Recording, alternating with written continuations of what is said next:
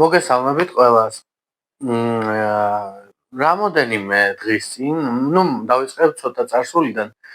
მოგეხსენებათ, ყველაზე დიდი მიგრაცია საქართველოდან ფიქსირდებოდა ევროპაში. რამოდენიმე წელია დაახლოებით 2 წელია უკვე აქტუალური იყო. იყო რატომ ვამბობ ამას, უკვე შემდგომში გეტყვით.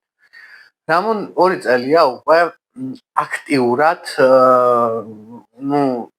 ასე ვთქვათ, ყურადღების ცენტრში იყო ამერიკა-მექსიკის საზღვარი და ყველაფერს რო თავი დავანებოთ, გვატემალელები, მექსიკელები, ჰონდურასელები, ესენი იყო პროცენტულად ძალიან ცოტა, დაახლოებით 600 კაცი, 500 კაცი, მაგრამ ეს იმდენად ცოტა იყო, რომ ასე ვთქვათ,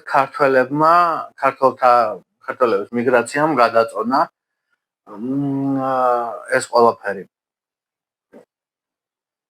რაც საზღვარი ჩაიკეტა ჯო ბაიდენის მიერ, იმის შემდგომ უკვე შეიქმნა Facebook-ზე გვერდი, სადაც ქართველებს თავაზობენ მიგრაციას კანადაში.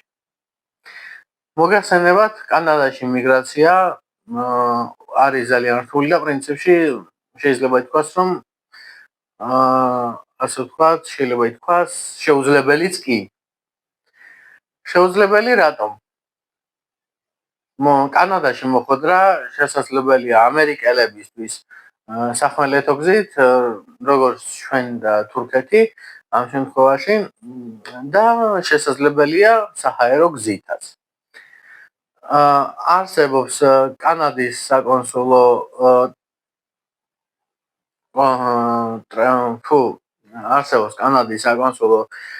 სტამბოლში, სადაც შეგიძლია შეხვიდე და დაჯავშნო ვიზიტი და უკვე შემდეგ გაესაურო კონსულ ოფიცერს კანადის საიმიგრაციო ვიზაზეც და ასევე ტურისტულ ვიზაზეც და შეგიძლია გააკეთო ეს ონლაინ კომპიუტერის მეშვეობითაც. მაგრამ ყველაზე ასე ვთქვათ, საუკეთესო ვარიანტი არის სტამბოლში ჩასვლა და იქ პირადად კონსულ ოფიცერთან გასაუბრება. და ყველაფერს რომ თავი დავანებოთ,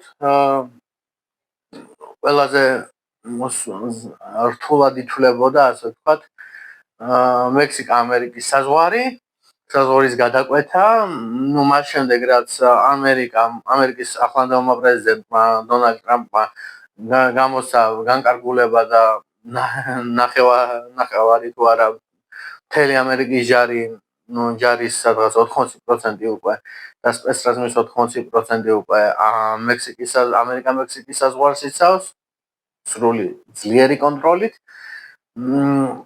ყველაზე მეტად იცავენ რიო-გრანდეს მდინარის ასე ვთქვათ ნაპირებს, საიდანაც შესაძლებელი იყო ყველაზე ადვილად მოხვედრა ამერიკის შეერთებულ შტატებში და ასევე გვადალახარას ტერიტორიას და იცავენ ბაჰა-კალიფორნია და სურის ნაწილს, ტიხუანას ტერიტორიას გულისხმობ ამ შემთხვევაში.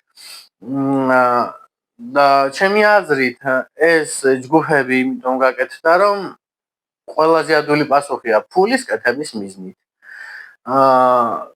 შეიძლება ბევრმა მაგინოთ, ბევრმა ცილიდან გამოთ, მაგრამ შეგიძლიათ გადაამოწმოთ ეს ყველაფერი რადიო ამერიკის ხმის გვერდზე, Facebook გვერდზე, საიტზე, შეგიძლია გადაამოწმოთ CBP-ის საიტზე და იმასაც ნახავდით, რომ პროგრამა CBP-1, რომელიც გამოცემული იყო ამერიკის თავდაცვის ძალების მიერ, არის უკვე სრულად გაუქმებული. ეს იმას ნიშნავს, რომ ვინც მექსიკაში არ ჩარჩენილი და დღემდე ელოდება CBP-1-ის რიგს, ასე ვთქვათ, თქვენი აპლიკაციის რიგს, ეს იმას ნიშნავს, რომ უკვე დასრულებულია ეს ყველაფერი და თქვენ